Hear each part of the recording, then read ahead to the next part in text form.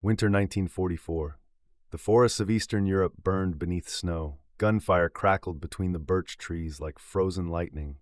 Amid trenches and smoke, a lone figure crawled through frost-bitten mud, rifle pressed to shoulder, eyes fixed through glass. Her name was Roza Shanina, 20 years old. She whispered a final breath, exhaled fog from cracked lips, and squeezed the trigger. The echo vanished into the forest. Somewhere beyond the pines, a German officer collapsed without ever knowing who had ended his command. That single shot was one of nearly 6 dozen confirmed kills, each marked not by gloating, but by necessity. For Roza, war wasn't legend. It was arithmetic. One life traded so another might live. Origins of a marksman. Before the thunder of artillery reached her ears, Roza had grown up in Siberia's Arkhangelsk region, a place of cold rivers and wooden churches where every dawn smelled of pine resin and gun oil. Her father, a schoolteacher, believed in discipline. Her mother taught 7 children patience and work.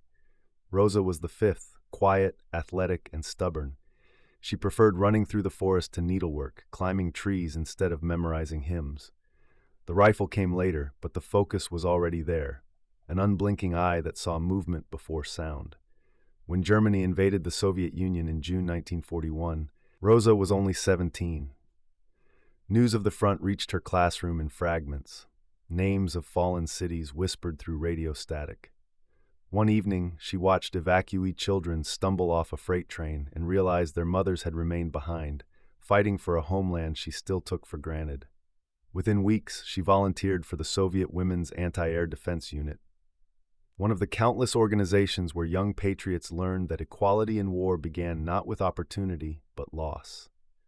The Red Army soon concluded it needed more than gunners on rooftops. It needed eyes that could end threats before they reached the trenches. It needed snipers. And women with steadier hands and longer patience were ideal. The month was 1943 when Roza stepped off a troop train at Vologda Military Academy, joining Russia's first generation of female marksmen. The training was brutal, 18 hours a day, in summer heat and Arctic haze, crawling through swamps, memorizing wind vectors, calibrating Mosin-Nagant rifles by candlelight. Instructors expected tears. She gave them silence. By graduation, she held a silver medal for marksmanship, and a gaze so measured it unsettled senior officers. She was assigned to the newly formed 184th Rifle Division, destined for the front lines in Belarus. Her issued rifle, the Mosin-Nagant M9130 bolt action with a PU 3.5 times scope, the same weapon wielded by legendary sniper Lyudmila Pavlichenko before her. But Roza was not trying to be a legend. She was trying to be useful. Into the fire, the railcar to the front was half empty, half terrified. She wrote in her diary, "We are going to meet death, but I felt peace knowing I am needed." Her officers worried she was too young. The average soldier called her Papa Roza, Little Rose, though no one used the word kindly at first. In the Red Army's grim calculus, compassion was a luxury. A woman on the firing line was tolerated, not trusted. That changed the first week she arrived. At dawn, her platoon came under ambush near the Vitebsk sector. German scouts fired from thick forest, pinning Soviet infantry inside shallow trenches. Roza crawled forward under whistling bullets, found a gap between birches, and waited. Her rifle cracked once. The German machine gun nest fell silent. Then again, the spotter collapsed beside the barrel. 2 shots, 2 lives. Her company advanced. When asked later how she managed under fire, she shrugged. "I saw them first." Within days, word spread. An enemy machine gun post neutralized by a 20-year-old girl who moved like shadow. Command issued her confirmation papers, listing 3 fatal hits by name and coordinate. It was the beginning of a tally that would grow faster than her fear. Refusing to be hidden, Red Army doctrine encouraged female soldiers to fight. Propaganda celebrated them, but leadership preferred their courage to stay anonymous. Roza refused. When a Pravda correspondent arrived to report on women's contribution to front morale, she stripped away the theater. "Don't write about flowers behind rifles," she told him. "Write about how cold the trigger feels." What made her remarkable wasn't only accuracy, but defiance. She applied repeatedly for frontline deployment, not secondary scout duty. At first denied, she argued directly with her regimental commander. He relented only when she threatened to walk to the front herself. In her diary, one of the few personal accounts surviving from a female sniper on the Eastern Front. She wrote, "I am not afraid of war. I am afraid of not being useful." That sentiment defined her generation. Young, idealistic, brutalized, yet proud. By 1944, she had become part of the Soviet offensive pushing west toward East Prussia. There, for the first time, she saw German soil, the threshold of the Reich. Snow melted into mud streaked by tank tracks, the smell of pine mixed with smoke and iron. She noted, "I am happy that I am the first to enter the enemy's land, but how much more blood must be spilled to call it peace?" Roza was now credited with more than 50 confirmed kills, some accounts say 75. Her commanders stopped calling her daughter, they called her hero. But glory was a curse in disguise. High Command reassigned her to a brigade of morale sharpshooters meant to inspire new recruits. She complained this robbed her of freedom to fight. Her heart was not built for parades. She wanted the quiet of the forest, the waiting breath before a trigger pull.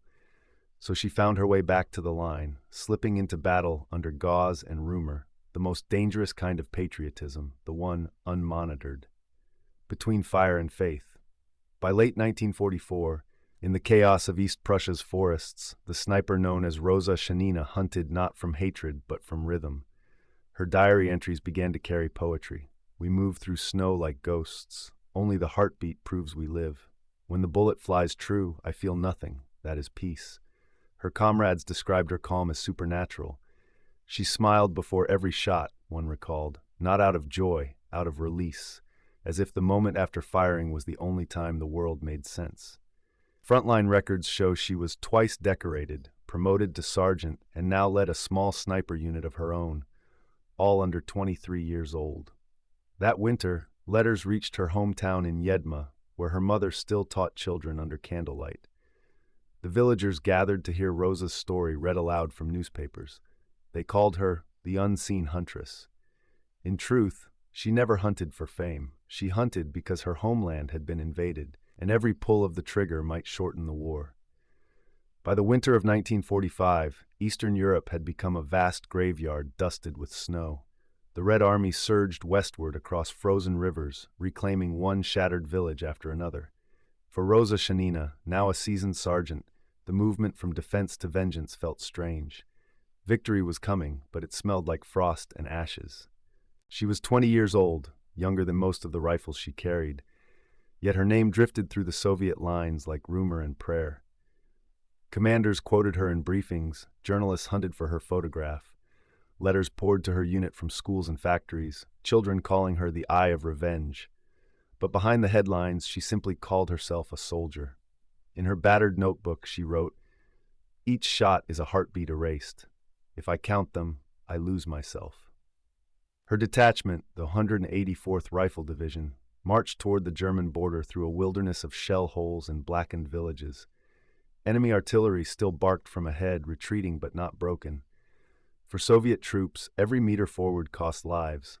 For snipers like Roza, each day blurred into crouching, crawling, waiting between bursts of thunder. Into East Prussia.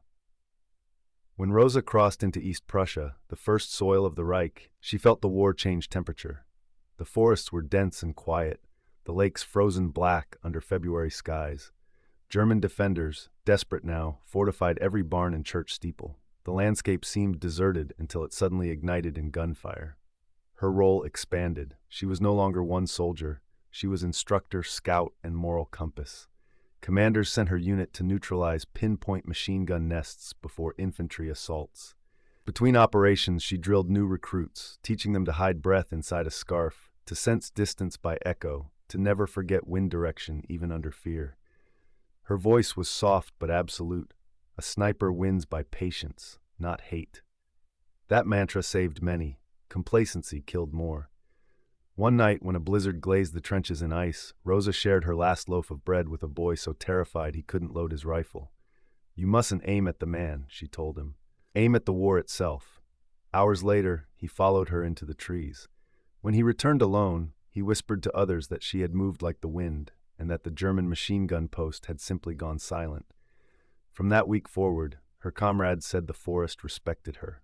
The price of skill rumors of her accuracy spread even among German ranks. Field reports intercepted by Red Army intelligence called her Die unsichtbare Blume, the invisible flower. Snipers on both sides hunted each other. Duels fought over hundreds of meters of snow. In one such duel near Eidkunen, she spotted a flash at the edge of a field, the telltale glint of glass. She waited until sunset, when light bent low, and fired once. Later inspection found a German sniper collapsed behind his scope. The bullet had shattered both lens and legend, but mastery demanded a toll. She wrote less often now. Her diary pages darkened with fatigue rather than passion. I thought courage was noise, she wrote, but now I think it is silence. With every victory, her unit advanced into landscapes stripped of innocence. Corpses littered snowbanks, horses frozen mid-stride. She began volunteering for casualty recovery, helping stretcher bearers drag wounded men out of shells where the air still reeked of explosives. Among those rescued was a young artillery officer named Alyosha Kostyuk. He remembered her eyes through frost, serious, kind, and impossibly calm. They shared rations and cigarettes through the nights that followed. For perhaps the first time, Roza spoke not of death, but of afterwards, a cottage, a school, a world without uniforms. Yet both knew war gave no room for promises. The front advanced, and so did duty. Assault on Königsberg. By April 1945, the last bastion of Nazi East Prussia was crumbling around the city of Königsberg. Ledges of medieval stone turned into bunkers. Cathedrals became fortresses. The Red Army encircled them under snow and smoke. Roza's battalion was ordered to press through the suburbs under continuous artillery. As shells sculpted ruins into splinters, snipers provided cover for medical crews. The most perilous assignment imaginable. Shoot when the enemy revealed themselves, shield the wounded when they didn't. Roza's section moved between collapsing houses. Dust and brick dusted their uniforms ghost gray. From an upper window she spotted a machine gun position shredding a Soviet aid station below. She took aim and silenced it with 2 precise shots. Moments later, another burst chewed through the wall around her. Shrapnel grazed her cheek, but she stayed lying still until her comrades finished evacuation. Later that day, record logs confirmed that her grouping had cleared 3 enemy nests, saving dozens of stretcher men. After handing in her report, she returned to the rubble and kept firing until darkness. A week later, a bullet struck a soldier near her position. She vaulted from cover to pull him out despite warnings. Both were hit by mortar fragments. Roza took the impact across her chest. She was carried to a field station where she recognized neither voices nor sky. Her last conscious words, recorded by a nurse, were a whisper, "I am sorry I didn't do more." She was killed on January 28, 1945, aged just 20. In her jacket pocket lay her diary, 60 worn pages soaked in mud, filled with sharp, unflinching handwriting. Inside, one line underlined twice. "I wish the war to end so people can love instead of hate, if only for a day." After the battle, when her regiment learned of her death, soldiers refused disbelief. For weeks they spoke her name as if she had merely walked ahead into the forest.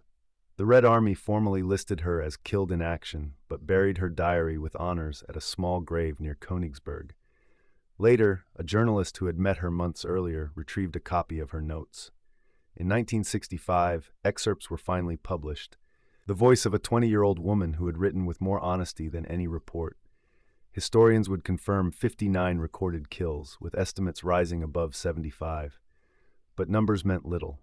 Her courage transcended mathematics. One entry captured the world she left behind. "I cannot call myself a hero. I am 20, but war has made me older than the sky." For weeks after her death, the forests of East Prussia kept her secret. Snow buried her position. Artillery churned the ground until even coordinates lost meaning. Only when spring arrived, when melted frost softened frozen earth, did soldiers of the 184th Division recover what little was left. They found her rifle, stock splintered, barrel still bound with torn cloth, and her field diary, pressed inside a leather pouch, miraculously intact. They turned the pages carefully. The entries stopped mid-sentence 2 days before Königsberg. The last line read, "The war seems endless, yet I feel it closing behind me." She was 20. A single burst of shrapnel had ended one of the most remarkable lives of the Eastern Front. The life of a girl who had learned to see through scopes what others could not see through fear. from soldier to symbol. News of Roza's death reached Moscow months later. The Red Army had won, Berlin had fallen. Tens of millions were dead, countless others simply missing. Amid those statistics, one diary passed hand to hand until it landed on a journalist's desk at Komsomolskaya Pravda. Within weeks, excerpts appeared in newspapers across the Soviet Union. Readers couldn't believe it. A young woman's words devoid of slogans or politics, describing war as frost, tears, and necessity. Letters flooded editors' offices, mothers thanking her for defending sons they'd never meet, widows calling her daughter we all lost together. To a nation bled dry by war, Roza Shanina became something more than human, an emblem that purity could survive violence. The military, initially cautious, realized what her name meant to a weary population. By 1948, she was immortalized in memorial pamphlets as the unflinching Eye of the North, a Soviet heroine alongside Pavlichenko and Zoya Kosmodemyanskaya. Photographs of her, small frame, rifle almost taller than she was, eyes brighter than propaganda posters dared show, decorated recruitment halls. Yet behind that myth, veterans remembered the truth. She had never sought fame, rarely smiled for cameras, refused to exaggerate her tally. To them, she wasn't marble. She was memory, real and human. The diary's voice, the recovered diary, 60 worn pages, changed the tone of war literature forever. Its voice was calm, intelligent, exact. There were no abstractions about glory, only precision and conscience. On one page she wrote, "When I pull the trigger, I think not about death but about distance, how far the bullet must travel to let someone else breathe again." Another line contained compassion rare in any war memoir. "I pity the German boys. They too have mothers waiting by windows." Decades later, those words would be read in classrooms across Russia, proof that heroism could coexist with empathy. She had humanized an inhuman war. But bureaucracy mistrusted human stories. For years, the Soviet state sanitized her image, portraying her as unbreakable, revolutionary, fearless. The official biography omitted sorrow, longing, and doubt. The private notebooks, however, survived quietly in archives until the 1960s, when a new generation of writers rediscovered them. By then, her legend had outgrown control. Rebirth of a legend. In 1965, during the 20-year victory commemorations, an article titled "The Girl Who Did Not Come Home" appeared in Severny Komsomolets. It quoted her unedited diaries for the first time. Readers were stunned. She wasn't the mythic warrior carved in granite. She was a living voice, brave, doubt-filled, moral. Schools named reading halls after her. Streets across Arkhangelsk Oblast bore her name. Young cadets studied her marksmanship. Female soldiers saw in Roza a predecessor who had proved that courage had no gender.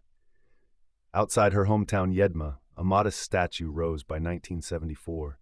No victory pose, just a young woman holding a rifle across open palms, head lowered in thought. Locals still leave wildflowers each spring, the same color as the ones that grew along her childhood river. But even as admiration grew, historians began to question how much remained unknown.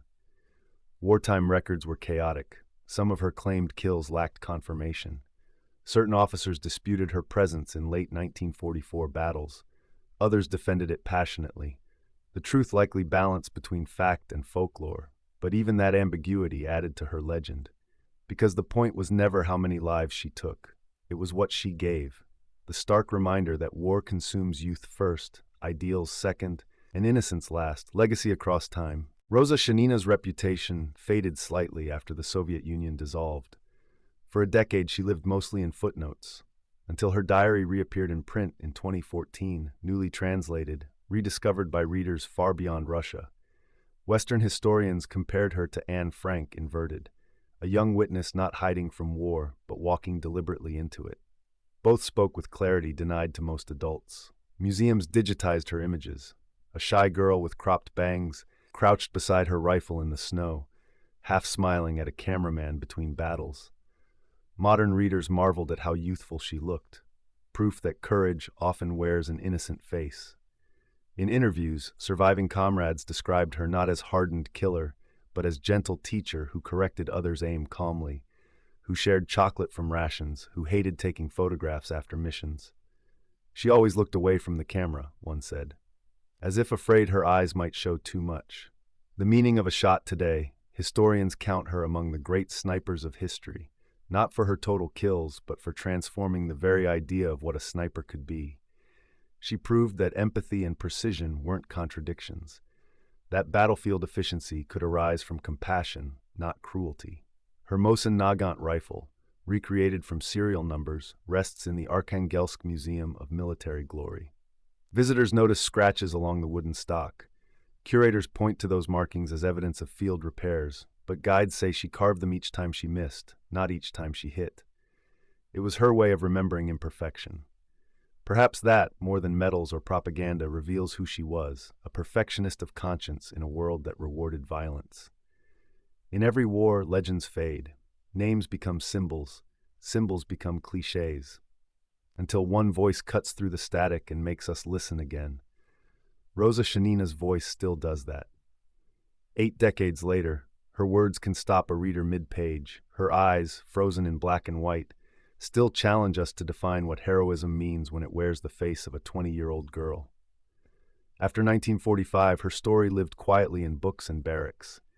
Teachers mentioned her in passing. Veterans whispered about her like a saint who didn't ask for prayers. But with each war that followed, Korea, Vietnam, Afghanistan, Ukraine, her name returned. Soldiers at every front line rediscovered her diary, translated its pages, and found sentences that sounded as if she had written them for them. Courage is not the absence of fright. It is what we do while shaking. Her lessons for a new generation. When the Soviet Union began allowing women into regular combat roles again in the late 1960s, instructors quoted Roza at the sniper academies in Novocherkassk and Perm. Female cadets practiced breathing techniques she had once written about on scrap paper. 4 seconds in, 3 seconds hold, slow trigger, don't blink. They treated her notes like scripture. To these young women, she wasn't propaganda. She was proof. Proof that skill had no gender, that duty could blossom into something tender even amid ruin. In modern Russia, recruits still find her portrait pinned to classroom walls. The inscription below doesn't say hero, it says student.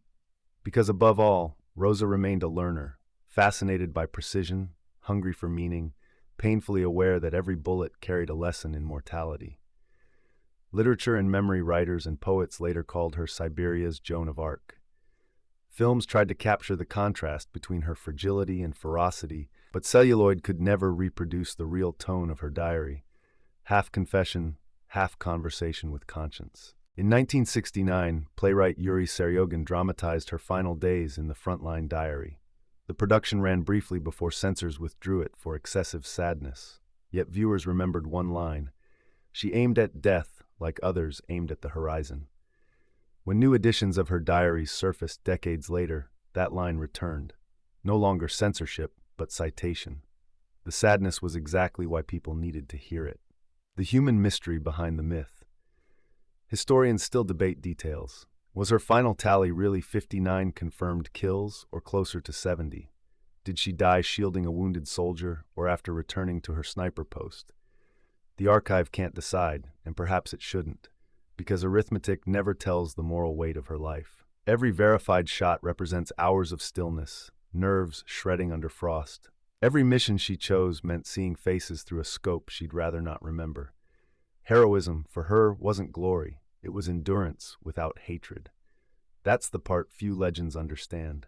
In her pocket diary, she wrote one phrase several times. I hope forgiveness is stronger than skill. No historian can fact-check that emotion, yet it defines her more completely than statistics ever could. The modern echo today, when historians discuss military equality, her name surfaces beside Pavlichenko, Sabiha Gökçen, Li Ning, and other women who reshaped combat roles.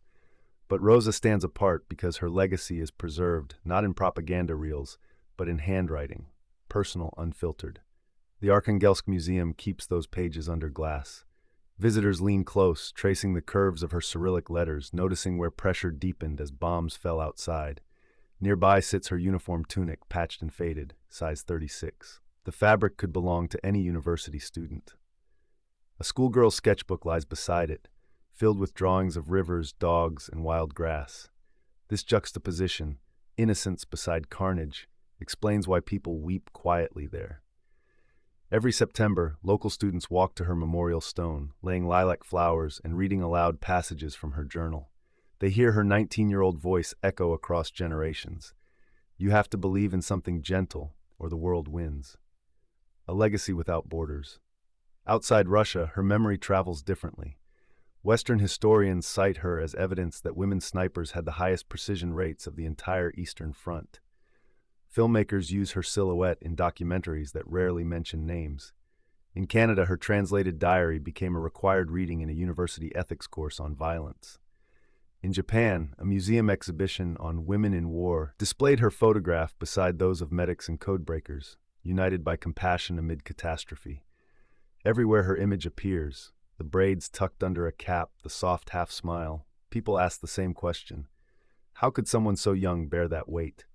Perhaps that, too, is her inheritance, to make us question why youth so often dies, proving what experience should have prevented. The final reflection. Imagine her now, not frozen in black and white, but alive somewhere beyond battle, walking again through birch forests near Arkhangelsk. The snow is clean for once. She's without a rifle, carrying books instead. Children run past her in bright coats, their laughter as sharp as rifle cracks used to be, but now free of intent. That is the victory she never witnessed, a world noisy with peace. She once wrote, "If everyone learned to aim at hatred instead of people, there would be nothing left to shoot." That line, rediscovered decades later, remains engraved on her monument. And maybe that's the true lesson of Roza Shanina's 20 years. That courage does not always roar. Sometimes it studies quietly, breathes slowly, and refuses to forget its humanity even while holding a weapon. She hunted the invaders, yes, yet she never stopped hoping the hunting would end. In the end, she became not a symbol of war, but its conscience. The silence that followed her single final shot was not peace, only the sound of history turning its page.